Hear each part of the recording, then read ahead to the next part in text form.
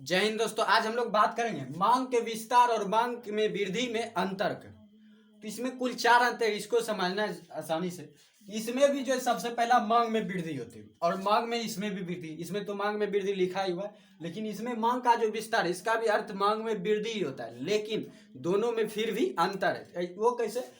क्योंकि इसमें जो कमी के कारण, कीमत में कमी के कारण, वस्तु की कीमत में कमी के कारण मांग के विस्तार में कमी होता है। जैसे कि मान लीजिए वस्तु अगर 4 रुपये था, 4 रुपये पर किसी वस्तु का अगर कीमत 4 रुपये था, उस पर जो हमने 10 यूनिट का मांग किया था, उस वस्तु के 10 यूनिट का हमने मांग किया था, वहीं पर उस वस्तु की कीमत कम होगी, 2 हो गई। तो अब जो दुगुना कीमत घट गया है तो दुगुना मांग जो हम बढ़ा देंगे तो ये हो जाएगा 10। क्योंकि जो अब 4 रुपया में 10 यूनिट मिल रहा था जो वस्तु, अब वही वस्तु 2 रुपये में हम जो इसका दुगुना यूनिट ले सकते थे, ये 20 यूनिट हो जाती। ये चेंज हो गया कब? जब वस्तु का कीमत चेंज हुआ तब। तो ये जो कीमत में कमी के कारण मांग में जो वृद्धि होती है उसे मांग का विस्तार कहते हैं। तो ये जो है मांग का विस्तार है कि मांग में विस्तार हो गया। अब मांग में वृद्धि समझते हैं।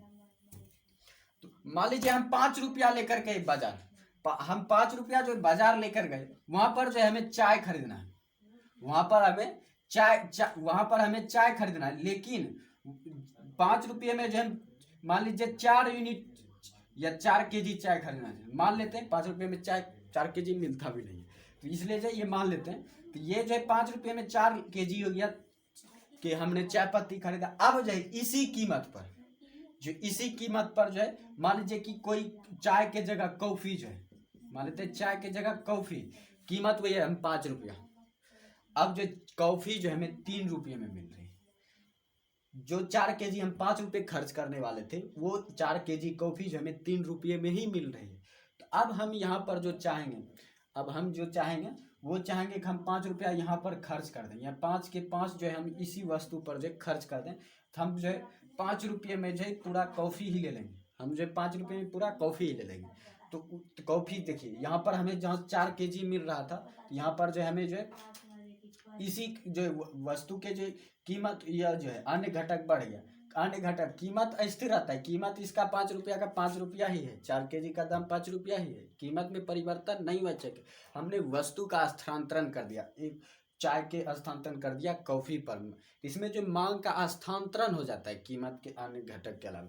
ये जो है 5, अब जो इसी 5 रुपये पर जो है इसी 5 रुपये पर जो है हम कॉफी को जो मांग को बढ़ा देंगे।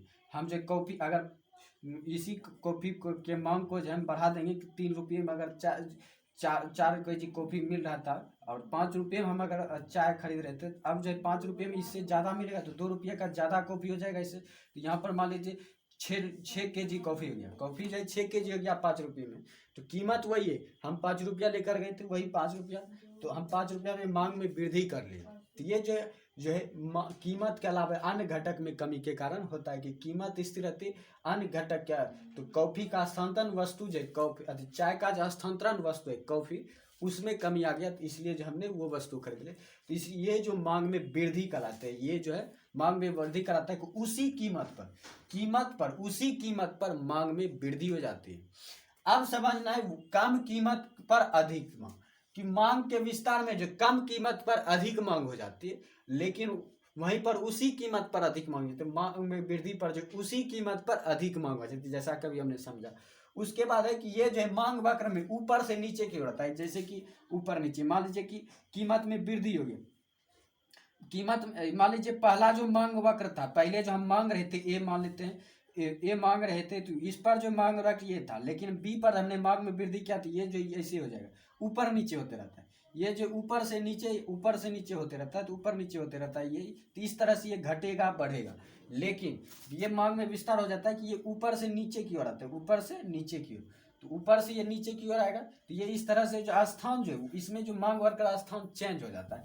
लेकिन इसमें जो यहाँ पर जो ऊपर से नीचे ये जो है दायां ऊपर की ओर होता है, ये जो ऊपर की ओर चला जाता है, ये जो ऊपर की ओर चला जाएगा, ये दायां साइड ऊपर की ओर चला जाएगा, ये ऊपर नीचे होता रहता है। ये सॉरी, यहाँ पर जो ऊपर नीचे कहने करते हैं, ये जो ऊपर नीचे मान लीजिए कभी पॉइंट ए यहाँ था, तो कुछ देर खिंचक कर यहाँ चलाएगा, कुछ देर बाद खिंचक कर मांग में वृद्धि होगा तो ये यहाँ चलाएगा। तो ये इस तरह से बढ़ता है, तो ये ऊपर नीचे ऊपर नीचे ऊपर नीचे होते रहता है। लेकिन ये जो है ये ऊपर नीचे इस तरह से होता है, दायां दायां तरफ ऊपर की ओर गतिशील होता है। उसके बाद है 4 नंबर मांग के विस्तार और मांग में वृद्धि में, कि मांग का विस्तार है, मांग वक्र बदलता नहीं है। मांग के विस्तार में मांग वक्र बदलता नहीं है, लेकिन मांग में वृद्धि में जो मांग वक्र बदल जाता है। मांग में जो मांग वक्र बदल जाता है, जैसे कि अभी हमने तुरंत कहा कि ये सिर्फ स्थान चेंज किया। ये मान लेते पी क्यू मांग वक्र है, तो ये स्थान चेंज किया, वक्र वही है।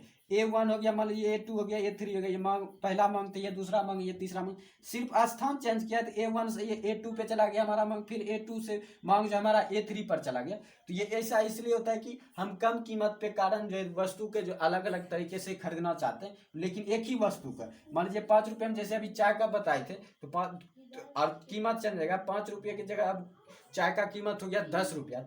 तो वस्तु वही लेंगे लेकिन कीमत चेंज हो गया, लेकिन इसमें वस्तु जो अलग अलग हो जाता है। मांग में वृद्धि में वस्तु भी अलग अलग हो जाता है, तो ये हमें ध्यान में रखना है।